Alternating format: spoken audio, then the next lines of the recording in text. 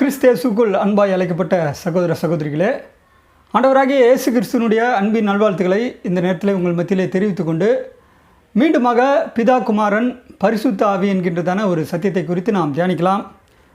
இந்த நாளிலும் நாம் தியானிக்கும்படியாக எடுத்துக்கொண்ட ஒரு தலைப்பு, நம்முடைய பிதாவாகிய யெகோவா தேவனும் இயேசு கிறிஸ்துவும் சரிசமமானவர்களா? இப்போ பாருங்கள், நம்முடைய பிதாவாகிய யெகோவா தேவனும் இயேசு கிறிஸ்துவும் சரிசமமானவர்களா என்கின்ற தலைப்பின் கீழாக நாம் தேவனுடைய சத்திய காரியங்களை நாம் தியானிக்கலாம். பாருங்கள், இன்றைக்கு பிதாவாகிய தேவனும் இயேசு கிறிஸ்துவும் ஒருவர் என்று அநேகர் தவறாக நினைக்கிறார்கள். அது மாத்திரமல்லாமல் பிதாவாகிய தேவனும் இயேசு கிறிஸ்துவும் சரிசமமானவர்கள் என்று அநேகர் நினைக்கிறார்கள், விசுவாசிக்கிறார்கள். ஆனால் பாருங்கள், நம்முடைய வேதம் எப்படி சொல்லுதுன்னா, பிதாவாகிய தேவனுடைய தன்மையை குறித்து நம்முடைய வேதம் எப்படி காண்பிக்கிறது அப்படின்னா, பாருங்கள், யோவான் எழுதுகிறார். பாருங்கள், யோவான் அதிகாரம் 5 வசனம் 26. யோவான் அதிகாரம் 5 வசனம் 26. ஏனெனில் பிதாவானவர் தம்மில் தாமே ஜீவன் உடையவராக இருக்கிறது போல குமாரனும் தம்மில் தாமே ஜீவன் உடையராக இருக்கும்படி அருள் செய்திருக்கிறார். பார்த்தீங்களா? அப்போ பிதாவாகிய தேவன் எப்படிப்பட்டவர்னா, அவர் தம்மில் தாமே ஜீவன் உள்ளவர். அப்போ பிதாவாகிய தேவனுடைய தன்மையை குறித்து அப்போஸ்தலனாகிய பவுல் சொல்கிறார். பாருங்கள், தீமோத்தேயுவில் அவர் ஒருவராய் சாகாமை உள்ளவர், சேரக்கூடாத ஒளியில் வாசம் பண்ணுகிறவர், மனிதரில் ஒருவரும் கண்டிராதவர், காணக்கூடாதவர் யாருன்னா பிதாவாகிய யெகோவா தேவன் என்று பவுல் எழுதுகிறார். அப்போ யோவான் பாருங்கள், அது மாத்திரமல்லாமல் யோவான் சொல்கிறார், பிதாவானவர் தம்மில் தாமே ஜீவன் உள்ளவராக இருக்கிறது போல குமாரனும் தம்மில் தாமே ஜீவன் உள்ளவராக இருக்கும்படி அருள் செய்திருக்கிறார். அப்போ அருள் செஞ்சது யார்? பிதாவாகிய தேவன். அப்போ அந்த காரியங்களை தம்மில் தாமே ஜீவன் உள்ளவர் என்கின்ற அந்த காரியங்களை பெற்றுக்கொண்டவர் இயேசு கிறிஸ்து. அப்போ பாருங்கள், பிதாவாகிய தேவன் பரலோகத்திலே வாசம் பண்ணுகிறார். அவருடைய சித்தத்தை அவருடைய ஒரே பேரான குமாரன் யார்? இயேசு கிறிஸ்து நிறைவேற்றினால இயேசு கிறிஸ்துவை தேவன் என்ன பண்ணுறாரு அப்படின்னா, தம்மில் தாமே ஜீவன் உள்ளவராக தம்மில் தாமே ஜீவன் உடையராக இருக்கும்படி அருள் செய்திருக்கிறார். அப்போ அருள் செய்தவர் பிதாவாகிய தேவன், அந்த அருளை பெற்றுக்கொண்டவர் இயேசு கிறிஸ்து.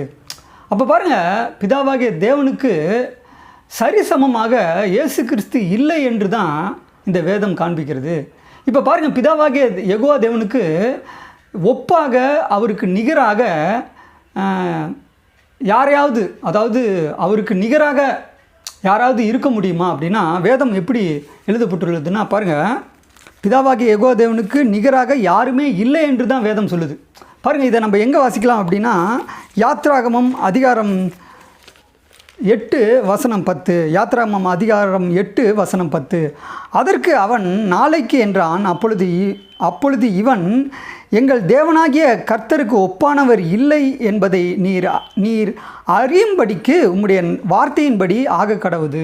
அப்போ பாருங்கள், கர்த்தருக்கு ஒப்பானவர் இல்லை என்று தான் வேதம் சொல்லுது. அப்போ பழைய ஏற்பாட்டிலே கர்த்தர் என்று வரக்கூடிய எல்லா இடங்களிலும் எபிரேய மொழியிலே, அதாவது மூல பாஷையில் யெகோவா என்று எழுதப்பட்டுள்ளது. அது மாத்திரமல்லாமல் 1936 வருடம் வெளியிட்ட தமிழ் பைபிளில் யெகோவா என்று தான் மொழிபெயர்த்திருக்காங்க. அப்போ பாருங்கள், கர்த்தருக்கு ஒப்பானவர் இல்லை என்று தான் வேதம் சொல்லுது. அப்போ யெகோவா தேவனுக்கு ஈடாக, அவருக்கு நிகராக யாருமே இல்லை என்று தான் நம்முடைய வேதம் மிக தெளிவாக எடுத்துரைக்கிறது. அது மாத்திரமல்லாமல் வேத வாக்கியங்களை நாம் ஆராய்ந்து பார்க்கும் பொழுது பாருங்கள், பிதாவாகிய யெகோவா தேவனுக்கு நிகராக யாருமே இல்லை என்று தான் வேதம் சொல்லுது. இப்போ பாருங்கள், யாத்ராகமம் அதிகாரம் 15 வசனம் 11. கர்த்தாவே, தேவர்களில் உமக்கு ஒப்பானவர் யார்? பரிசுத்தத்தில் மகத்துவம் உள்ளவரும் துதிகளில் பயப்படத்தக்கவரும் அற்புதங்களை செய்கிறவருமாகிய உமக்கு ஒப்பானவர் யார்? பார்த்தீங்களா? அப்போ கர்த்தாவே, அதாவது யெகோவா தேவனுக்கு தேவர்களில் உமக்கு ஒப்பானவர் யார்? அப்போ கடவுளுக்கு, அதாவது யெகோவா தேவனுக்கு ஒப்பாக யாருமே இல்லை, அவருக்கு நிகராக யாருமே இல்லை என்று வேதம் தெளிவாக எடுத்திருக்கிறது. அது மாத்திரமல்லாமல் பாருங்கள், பிதாவாகிய தேவனுக்கு நிகராக ஒப்பாக யாரும் இல்லை என்று தாவீது எழுதுகிறார். பாருங்கள், சங்கீதம் அதிகாரம் 89 வசனம் 6. சங்கீதம் அதிகாரம் 89 வசனம் 6. ஆகாய மண்டலத்தில் கர்த்தருக்கு நிகரானவர் யார்? பலவான்களில் புத்திரரில் கர்த்தருக்கு ஒப்பானவர் யார்? பார்த்தீங்களா? அப்போ கர்த்தருக்கு, அதாவது யெகோவா தேவனுக்கு ஒப்பானவர் யார்? அப்போ யாருமே இல்லை என்று தான் வேதம் சொல்லுது. அப்போ அவருக்கு, கடவுளுக்கு, யெகோவா தேவனுக்கு நிகராக யாருமே இல்லை என்று வேதம் தெளிவாக எடுத்துரைக்கிறது. மேலும் நாம் ஆராய்ந்து பார்க்கும் பொழுது பாருங்கள், சங்கீதக்காரனாகிய தாவீது எழுதுகிறார் பாருங்கள். சங்கீதம் அதிகாரம் 71 வசனம் 19. சங்கீதம் அதிகாரம் 71 வசனம் 19. தேவனே, உம்முடைய நீதி உன்னதமானது, பெரிதானவைகளை நீர் செய்தீர். தேவனே, உமக்கு நிகரானவர் யார்? பார்த்தீங்களா? அப்போ யெகோவா தேவனுக்கு நிகராக யாருமே இல்லை என்று வேதம் தெளிவாக சொல்லும் பொழுது பாருங்கள், இன்றைக்கு இயேசு கிறிஸ்து யார் அப்படின்னு கேட்டால் இயேசு கிறிஸ்து தான் பிதா என்று நினைக்கிறார்கள். ஆனால் நம்முடைய வேதம் மிக தெளிவாக எடுத்து காண்பிக்கிறது. பிதாவாகிய தேவன் வேறு, இயேசு கிறிஸ்து வேறு. பிதாவாகிய யெகோவா தேவன் கடவுள், அவர் பரலோகத்திலே வாசம் பண்ணுகிறார். அவரை வெளிப்படுத்த வந்தவர் தான் அவருடைய ஒரே பேரான குமாரனாகிய இயேசு கிறிஸ்து என்று வேதம் தெளிவாக எடுத்துரைக்கிறது. இப்படி இருக்கப்போ பாருங்கள், இன்றைக்கு இயேசுவும் பிதாவும் சரிசமமானவர்கள் என்று அநேகர் நினைக்கிறார்கள், விசுவாசிக்கிறார்கள். இதை குறித்து நம்முடைய வேதத்தில் ஆராய்ந்து பார்க்கும் பொழுது பாருங்கள், பிதாவும் இயேசு கிறிஸ்துவும் சரிசமம் என்று வேதத்தில் எழுதப்பட்டுள்ளதா? இப்போ பாருங்கள், பிதாவும் இயேசு கிறிஸ்துவும் சரிசமமானவர்கள் என்று இயேசு கிறிஸ்துவை கடவுள் என்று விசுவாசிக்கக்கூடிய அநேக கிறிஸ்தவர்கள், போதகர்கள் எந்த வசனத்தை முன்னாடி வைக்கிறாங்கன்னா பாருங்கள், பிலிப்பியர் அதிகாரம் 2 வசனம் 6 அவர் தேவனுடைய ரூபமாயிருந்தும் தேவனுக்கு சமமாயிருப்பதை கொள்ளையாடின பொருளாக எண்ணாமல் தம்மைத்தாமே வெறுமையாக்கி அடிமையின் ரூபம் எடுத்து மனுஷ சாயலானார். அவர் மனுஷ ரூபமாய் காணப்பட்டு மரண பரியந்தம், அதாவது சிலுவையின் மரண பரியந்தமும் கீழ்ப்படிந்தவராகி தம்மைத்தாமே தாழ்த்தினார். பாருங்கள், இப்போ அப்போஸ்தலனாகிய பவுல் சொல்கிறாரு, இயேசு கிறிஸ்து யார் மாதிரி இருக்கார்? இப்போ இயேசு கிறிஸ்து யார் மாதிரி இருக்கிறார் என்று வேதம் சொல்லுது அப்படின்னா, அவர் தேவனுடைய ரூபமாக இருந்தும். அப்போ அவர்னா யார்? மேலே உள்ள வசனத்தை வாசிக்கும் பொழுது பாருங்கள், கிறிஸ்து இயேசுவில் இருந்த சிந்தையே உங்களில் இருக்க கடவுது. அப்போ பாருங்கள், பவுல் இயேசு கிறிஸ்துவை குறித்தும் பிதாவாகிய தேவனை குறித்து தான் எழுதுகிறார். அப்போ அவர்னா யார்? இயேசு தேவனுடைய ரூபமாக இருந்தும். இப்போ பாருங்கள், இயேசு கிறிஸ்து யார் மாதிரி இருக்கார்? தேவனுடைய ரூபமாக இருந்தும் தேவனுக்கு சமமாக இருப்பதை கொள்ளையாடின பொருளாக எண்ணாமல். இப்போ பாருங்கள், தேவனுடைய ரூபமாக யார் இருக்கிறாரு? இயேசு கிறிஸ்து இருக்கிறார்.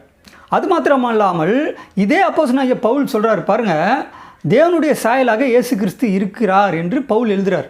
இதை நம்ம எங்கே வாசிக்கிறோம் அப்படின்னா 2 கொரிந்தியர் அதிகாரம் 4 வசனம் 4 தேவனுடைய சாயலாக இருக்கிற கிறிஸ்துவின் மகிமையான சுவிசேஷத்தின் ஒளி. அப்போ தேவனுடைய சாயல், யெகோவா தேவனுடைய சாயல், யெகோவா தேவனுடைய ரூபமாக இருக்கக்கூடியவர் யாருன்னா அவருடைய ஒரே பேரான குமாரனாகிய இயேசு கிறிஸ்து அப்பா மாதிரியே இருக்கிறார். இப்போ பாருங்கள், இப்படி இயேசு கிறிஸ்து, அதாவது பிதாவாகிய தேவன் மாதிரியே இயேசு கிறிஸ்து இருக்கிறனால அநேக பேர் என்ன நினைக்கிறாங்கன்னா பிதாவும் இயேசுவும் சரிசமமானவர்கள் என்று நினைக்கிறார்கள். இப்போ பாருங்கள், கவனிங்க, அவர் தேவனுக்கு சமமாக இருப்பதை கொள்ளையாடின பொருளாக எண்ணாமல்.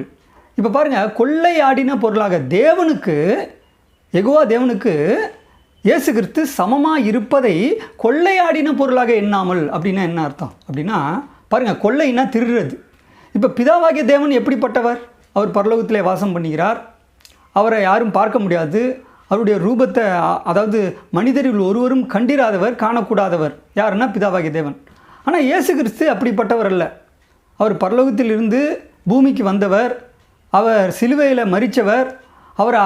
இயேசு கிறிஸ்து அநேகர் பார்த்துருக்காங்க, கண்டிருக்கிறாங்க. ஆனால் பிதாவாகிய தேவன் அப்படிப்பட்டவர் அல்ல. அவர் சாகாமை உள்ளவர். அவர் தம்மில் தாமே ஜீவன் உள்ளவர் என்று வேதம் நமக்கு எடுத்துரைக்கிறது. அப்படி இருக்கப்போ பாருங்கள், அவர் தேவனுடைய ரூபமாக இருந்தும் தேவனுக்கு சமமாக இருப்பதை கொள்ளையாடின பொருளாக எண்ணாமல். அப்போ பிதாவாகிய தேவன்கிட்ட இருக்கக்கூடிய அந்த வல்லமை, அந்த மகிமையை திருடணும், வாங்கிக்கணும் அப்படின்னு இயேசு கிறிஸ்து நினைக்கல. எண்ணாமல்னா என்ன? நினைக்கல. அப்போ இயேசு கிறிஸ்துவே நினைக்கல அப்படிங்கிறார். அப்போ இயேசு கிறிஸ்து பிதாவுக்கு சமமாக இருக்கணும்னு இயேசு கிறிஸ்துவே நினைக்கலன்னு அப்போஸ்தலனாகிய பவுல் எழுதுகிறார். அப்போ பாருங்கள், தம்மைத்தாமே தாழ்த்தினார். இயேசு கிறிஸ்து சிலுவை பரியந்தம் தம்மைத்தாமே தாழ்த்தினவர் இயேசு கிறிஸ்து. அப்போ இப்படி இயேசு கிறிஸ்து தேவனுடைய ரூபமாக இருந்தாலும், தேவனுடைய சாயலாக இருந்தாலும், அவர் சிலுவையின் மரண பரியந்தமும் கீழ்ப்படிந்தவராகி தம்மை தாமே தாழ்த்தினபடினால் பிதாவாகிய தேவன் இயேசு கிறிஸ்துவை எப்படி உயர்த்துறாரு அப்படின்னா பாருங்கள், ஆதலால் தேவன் எல்லாவற்றுக்கும் மேலாக அவரை உயர்த்தி இயேசுவின் நாமத்தில் வானோர் பூதலத்தோர் பூமியின் கீழானோருடைய முழங்கால் யாவும் முடங்கும்படிக்கும் பிதாவாகிய தேவனுக்கு மகிமையாக இயேசு கிறிஸ்து கர்த்தர் என்று நாவுகள் யாவும் அறிக்கை பண்ணும்படிக்கும் எல்லா நாமத்திற்கு மேலான நாமத்தை அவருக்கு தந்தருளினார். பார்த்தீங்களா? அப்போ எல்லா நாமத்திற்கு மேலான நாமத்தை தந்தவர் பிதாவாகிய தேவன். அதை பெற்றுக்கொண்டவர் அவருடைய ஒரே பேரான குமாரனாகிய நம்முடைய ஆண்டவராகிய இயேசு கிறிஸ்து. அப்போ தந்தவர் பிதாவாகிய தேவன், பெற்றுக்கொண்டவர் இயேசு கிறிஸ்து. அப்போ ரெண்டு பேரும் ஒருத்தவரா? பிதாவும் இயேசுவும் ஒரு நபரா? பிதாவும் இயேசு கிறிஸ்துவும் சரிசமமானவர்களா? பிதாவாகிய தேவன் தந்தவர், முழங்கால் யாவும் முடங்கும்படி, நாவுகள் யாவும் அறிக்கை பண்ணும்படி கர்த்தர் என்கின்ற எல்லா நாமத்திற்கும் மேலான நாமத்தை தந்தவர் பிதாவாகிய தேவன். யாருக்கு தராரு? அவருடைய ஒரே பேரான குமாரனாகிய இயேசு கிறிஸ்துவுக்கு தரார். அப்போ பெற்றுக்கொண்டவர் இயேசு கிறிஸ்து. அப்போ தந்தவரும் பெற்றுக்கொண்டவரும் சரிசமமானவர்களா? வேதம் அப்படி சொல்லவில்லை. பிதாவாகிய தேவன் தான் அவருக்கு ஒப்பாக, அவருக்கு நிகராக இயேசு கிறிஸ்துவும் இல்லை, யாருமே இல்லை என்று தான் வேதம் தெளிவாக எடுத்துரைக்கிறது. அப்போ இயேசு கிறிஸ்துவே சொல்கிறார், மரண பரியந்தம், சிலுவையின் மரண பரியந்தம் தன்மை தாழ்த்தினபடியினால் பிதாவாகிய தேவன் அவருடைய ஒரே பேரான குமாரனை உயர்த்தி பரலோகத்திலே பிதாவின் வலது பார்சத்திலே வீற்றிருக்கும்படி பிதாவாகிய தேவன் அவருக்கு அருள் செய்திருக்கிறார். இதை தான் யோவான் எழுதுகிறார். பிதாவானவர் தம்மில் தாமே ஜீவன் உள்ளவராய் இருக்கிறது போல குமாரனும் தம்மில் தாமே ஜீவன் உள்ளவராய் இருக்கும்படி அருள் செய்திருக்கிறார். அப்போ பிதாவாகிய தேவனுக்கு சமமாக இயேசு கிறிஸ்து இல்லை என்று தான் வேதம் மிக தெளிவாக நமக்கு எடுத்துரைக்கிறது. அது மாத்திரமல்லாமல் பாருங்கள், இப்போ இப்படிப்பட்டதான சத்தியத்தை தான் யோவான் எழுதுகிறார். பாருங்கள், பிதாவாகிய தேவனுக்கு இயேசு கிறிஸ்து சரிசமமானவர் இல்லை என்கின்ற ஒரு சத்தியத்தை எழுதுகிறார். பாருங்கள், யோவான் அதிகாரம் 5 வசனம் 17 யோவான் அதிகாரம் 5 வசனம் 17 இயேசு அவர்களை நோக்கி, என் பிதா இதுவரைக்கும் கிரிகை செய்து வருகிறார், நானும் கிரிகை செய்து வருகிறேன் என்றார். அவர் ஓய்வு நாள் கட்டளையை மீறினதும் அல்லாமல் தேவனை தம்முடைய சொந்த பிதா என்று சொல்லி தம்மை தேவனுக்கு சமமாக்கினபடியினாலே யூதர்கள் அவரை கொலை செய்யும்படி அதிகமாய் வகை தேடினார்கள். பாருங்கள், இப்போ இயேசு கிறிஸ்து சொல்கிறாரு, என் பிதா, அதாவது இயேசு கிறிஸ்து இந்த பூமியில் வாழ்ந்த காலம் முழுவதும் அவர் யாரை பிதா என்று சொன்னார்? யெகோவா தேவனை தான் பிதா என்று சொல்கிறார். பிதாவை, அதாவது யெகோவா தேவனை தன்னுடைய சொந்த பிதா என்று சொன்னார். அது மாத்திரமல்லாமல் இயேசு கிறிஸ்து சொல்கிறார், பாருங்கள், பிதா கிரிகை செய்து வருகிறார், அது மாதிரி நானும் கிரிகை செய்து வருகிறேன் அப்படிங்கிறார். இப்போ பாருங்கள் அன்பான சகோதர சகோதரிகளே, இந்த உலகத்தை சிருஷ்டித்த சிருஷ்டிகர் யார் என்கின்ற ஒரு தலைப்பின் கீழாக இதற்கு முன்பாக வெளியிட்ட வீடியோ பதிவீட்டிலே அநேக வசனங்களை மேற்கோள் காட்டி நம்ம தியானித்தோம். அப்போ பிதாவாகிய தேவன் தான் கடவுள், அவருடைய நாமம் யெகோவா, அவர் தான் எல்லாவற்றையும் சிருஷ்டித்த சிருஷ்டிகர் என்று வேதம் தெளிவாக எடுத்துரைக்கிறது. அப்போ பிதாவாகிய யெகோவா தேவன் முதலில் இயேசு கிறிஸ்துவை, அவருடைய ஒரே பேரான குமாரனாகிய இயேசு கிறிஸ்துவை படைக்கிறார், ஜெனிப்பிக்கிறார், அபிஷேகம் பண்ணினார் என்று வேதத்திலே அநேக வசனங்கள் எழுதப்பட்டுள்ளது. பிறகு பிதாவாகிய தேவன் இயேசு கிறிஸ்துவை படைக்கிறாரு.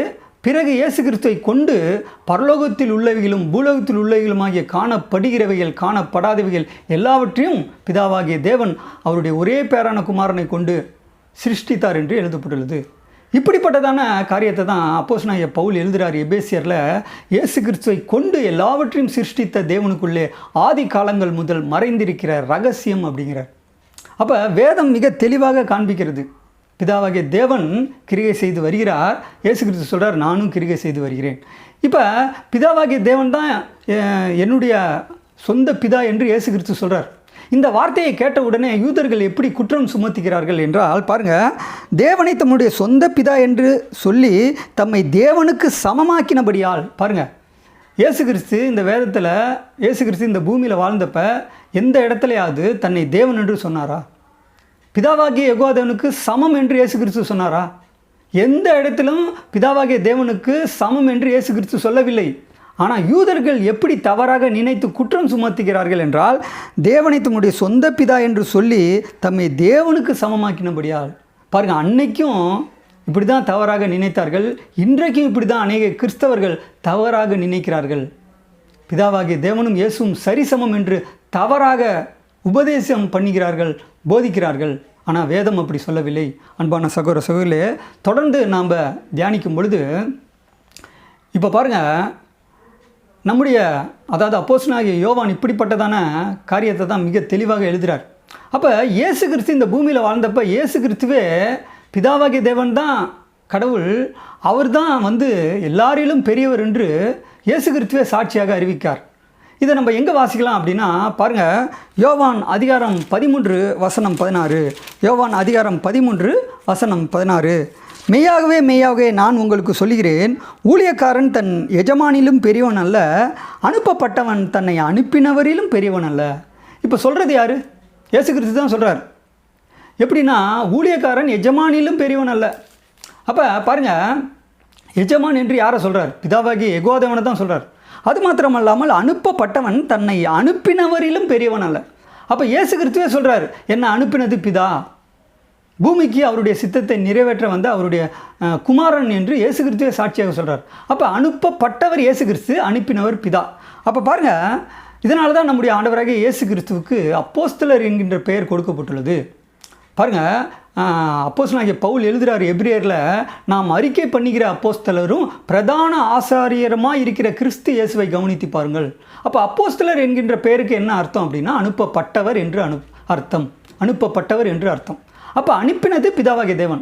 இதனால தான் இயேசு கிறிஸ்து இந்த பூமியில் வாழ்ந்தப்ப என்னை அனுப்பின பிதா தாமே என்னை குறித்து சாட்சி கொடுத்திருக்கிறார், நீங்கள் ஒரு காலம் அவர் சத்தத்தை கேட்டதும் இல்லை, அவர் ரூபத்தை கண்டதும் இல்லை என்று இயேசு கிறிஸ்து சொல்கிறார். அப்போ அனுப்பினவர் பிதாவாகிய தேவன், அனுப்பப்பட்டவர் அவருடைய குமாரனாகிய இயேசு கிறிஸ்து. அப்போ பாருங்கள், அனுப்பப்பட்டவன் தன்னை அனுப்பினவரிலும் பெரியவன் அல்ல. அப்போ இயேசு கிறிஸ்துவே சொல்கிறார், பிதாவாகிய தேவன் தான் பெரியவர், இயேசு கிறிஸ்துவை காட்டிலும் பிதாவாகிய தேவன் தான் பெரியவர், அவர் தான் கடவுள் என்று இயேசு கிறிஸ்துவே சாட்சியாக அறிவிக்கிறார் என்று வேதத்திலே நாம் வாசிக்க கேட்டோம். தொடர்ந்து வாசிக்கும்போது பாருங்கள், யோவான் அதிகாரம் 14 வசனம் 28.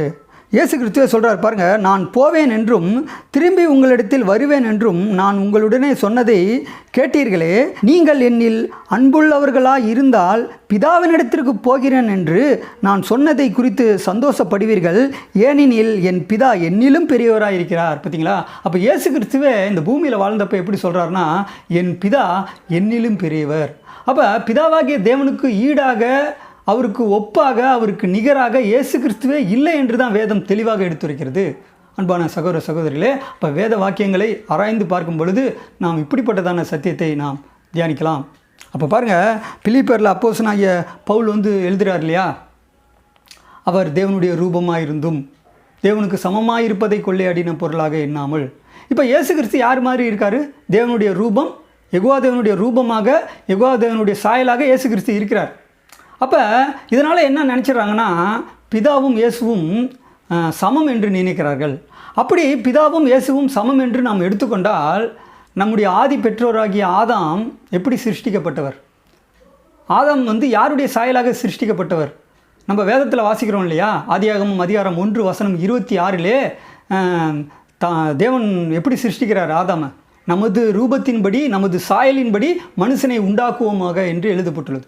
அப்போ தேவனுடைய சாயலாக, தேவனுடைய ரூபமாக ஆதாம் சிருஷ்டிக்கப்பட்டவர் என்று வேதம் தெளிவாக எடுத்துரைக்கிறது. அப்படின்னா ஆதாமும் தேவனும், பிதாவாகிய யெகோவா தேவனும் சரிசமமானவர்களா? நீங்கள் தான் சொல்லணும். அப்படி எடுத்துக்கொள்ளக்கூடாது. அப்போ பாருங்கள், அப்பா மாதிரியே மகன் இருக்கிறார். யார்? யெகோவா தேவன் மாதிரியே இயேசு கிறிஸ்து இருக்கிறார். இதனால தான் பவுல் எழுதுகிறார், அவர் தேவனுடைய ரூபமாக இருந்தும் தேவனுக்கு சமமாக இருப்பதை கொள்ளையாடின பொருளாக எண்ணாமல். அப்போ பாருங்கள், எந்த இடத்துலையுமே நம்ம ஆராய்ந்து பார்க்கும்போது, வாசிக்கும் பொழுது பிதாவாகிய யெகோவா தேவனுக்கு இயேசு கிறிஸ்து சமம் என்று வேதத்திலே சொல்லப்படவில்லை.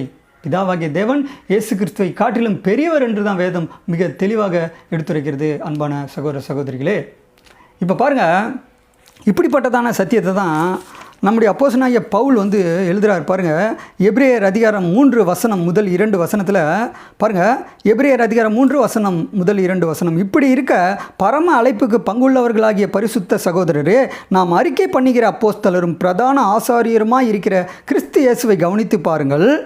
பாருங்கள், மோசே தேவனுடைய வீட்டில் எங்கும் உண்மையுள்ளவனாக இருந்தது போல இவரும் தம்மை ஏற்படுத்தினவருக்கு உண்மையுள்ளவராக இருக்கிறார். பார்த்தீங்களா? இங்கே இவரும்னு யாரை குறித்து எழுதப்பட்டுள்ளது பாருங்கள். மோசே தேவனுடைய வீட்டில் எங்கும் உண்மையுள்ளவனாய் இருந்தது போல இவரும்னா யார்? மேலே உள்ள வசனத்தை வாசிக்கும் பொழுது பாருங்கள், அப்போஸ்தலர் பிரதான ஆசாரியர் என்று யாரை சொல்கிறாரு அப்போஸ்தலனாகிய பவுல்?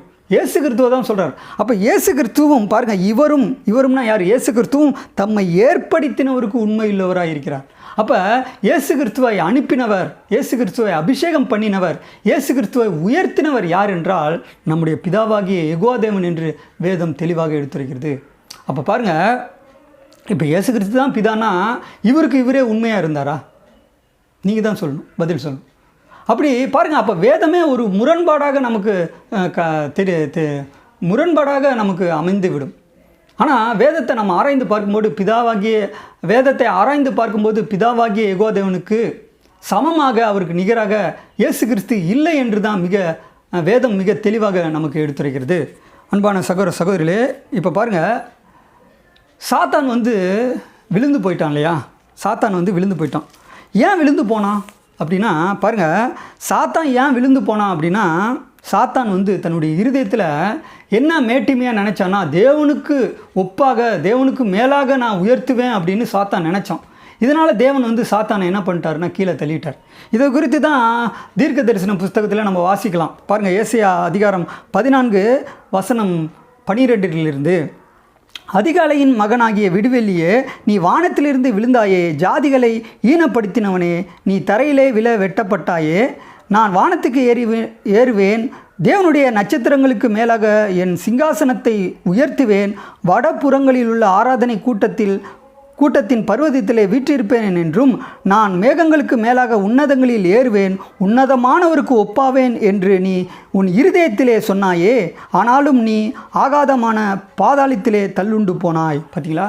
அப்போ சாத்தான் ஏன் விழுந்து போனான் அப்படின்னா, பிதாவாகிய தேவனுக்கு உன்னதமானவருக்கு ஒப்பாவேன் என்று சாத்தான் தன்னுடைய இருதயத்தில் நினைச்சான். அதனால் பிதாவாகிய தேவன் சாத்தானை என்ன பண்ணிட்டார்னா கீழே தள்ளிட்டார்.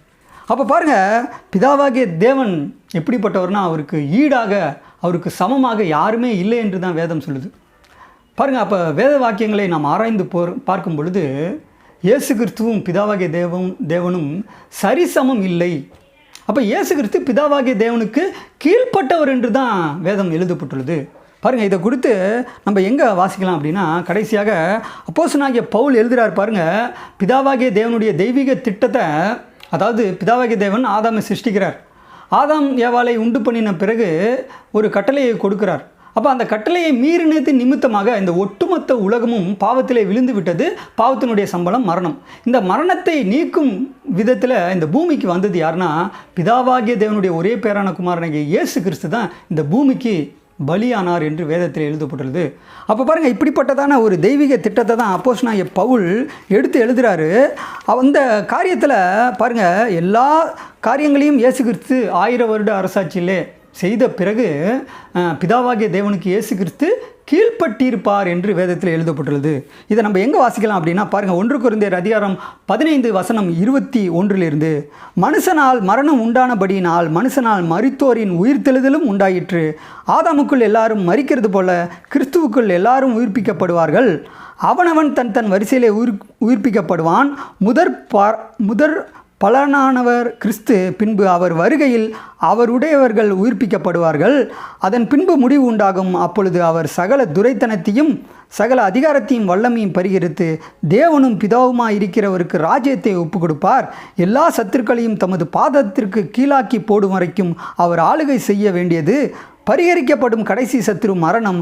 சகலத்தையும் அவருடைய பாதத்திற்கு கீழ்ப்படுத்தினாரே, ஆகிலும் சகலமும் அவருக்கு கீழ்ப்படுத்தப்பட்டதென்று சொல்லியிருக்கும்போது சகலத்தையும் அவருக்கு கீழ்ப்படுத்தினவர் கீழ்ப்படுத்தப்படவில்லை என்பது வெளியரங்கமாக இருக்கிறது.